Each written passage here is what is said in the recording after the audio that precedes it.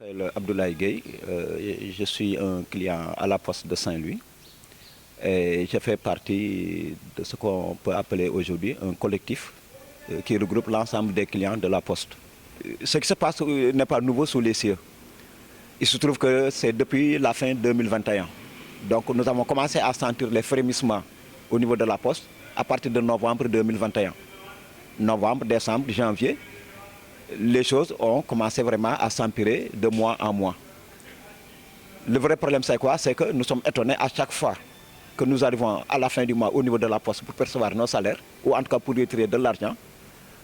On s'entend répondre que soit il n'y a pas d'argent, ou bien on vous dit il y a de l'argent mais on ne peut pas vous donner l'intégralité de ce que vous demandez, on vous donne la moitié ou le quart.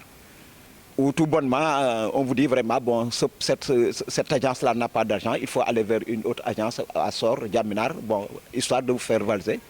Et les gens se tournent en rond. Alors maintenant, les choses deviennent extrêmement compliquées pour nous. Extrêmement, parce qu'en ce moment précis où je vous parle, nous sommes aujourd'hui le 15 du mois. Il y en a encore qui sont encore à la Poste qui n'ont pas encore perçu leur salaire. Il y a certains qui ont déjà reçu peut-être une moitié ou en tout cas bon, 2 tiers. Il reste encore un reliquat qui n'ont pas encore reçu. Notre préoccupation, non seulement c'est de régler cette question-là, mais ce qui nous fait vraiment peur, et c'est notre préoccupation fondamentale, c'est que nous avons peur pour la fin de ce mois-ci. Nous sommes des musulmans, nous allons vers la Tabaski, c'est vraiment un événement vraiment bon, marquant vraiment pour, dans la vie d'un musulman. Alors, imaginez aujourd'hui le 15, s'il faut attendre le 15 de l'autre mois pour percevoir son salaire, vous comprenez bien ce que je veux dire par rapport vraiment à ce qui nous attend par rapport à cette Tabaski-là. Alors, sur cette question, nous ne voulons pas du tout tergiverser.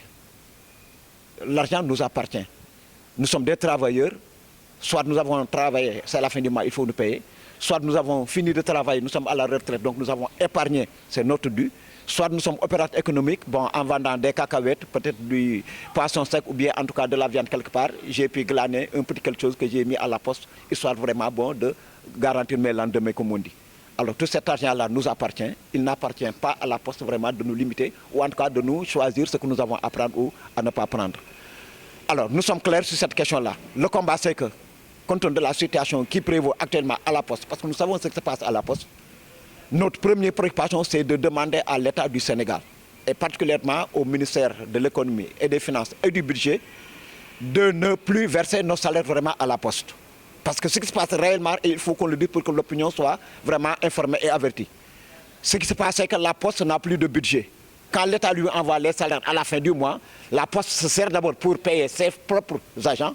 Ensuite, maintenant, bon, on se met à vraiment, je ne sais pas, faire, comme on dit en Wolof, du sous le bouquet, sous les bouquets. Alors nous, on ne peut pas être les agneaux du sacrifice.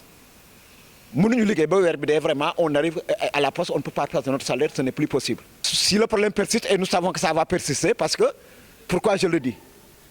La personne la plus autorisée dans ce pays, qui est le président de la République, en personne, a déclaré que, pour ce qui est de la Poste, il n'a plus de possibilité vraiment pour sauver cette boîte-là.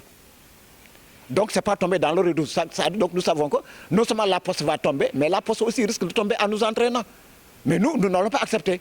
Donc nous interpellons directement M. le Président de la République dire que même s'il ne peut pas sauver la Poste, mais nous n'avons pas de problème avec la Poste, ni avec lui. Nous sommes vraiment de simples citoyens, vraiment, bon, nous avons fini vraiment bon, de vraiment mouiller notre front à notre sueur de travail. Il faut qu'il nous rende vraiment notre dû, tout simplement ce qu'on lui demande. Maintenant, depuis que le problème a persisté et qu'à Saint-Louis, en tout cas, nous sentons que vraiment bon, nous allons vers l'abîme, nous nous sommes donc regroupés en collectif et nous avons créé ce qu'on appelle le collectif des clients de la Poste de Saint-Louis. Nous avons élaboré un plan d'action qui est en train d'être déroulé depuis le lundi. Mais comme nous voulons être républicains, nous voulons être citoyens, nous voulons être légalistes, vraiment nous sommes responsables, nous agissons en intellectuel. Nous avons donc épuisé pratiquement toutes les voies de légalité possibles et imaginables. Nous avons rencontré le préfet, nous avons rencontré le gouverneur, nous avons rencontré le directeur régional de la Poste, nous avons rencontré le directeur de Poste Finance, nous avons rencontré le médiateur, nous avons rencontré le procureur, nous avons rencontré le responsable du contrôle régional des finances, le payeur en l'occurrence.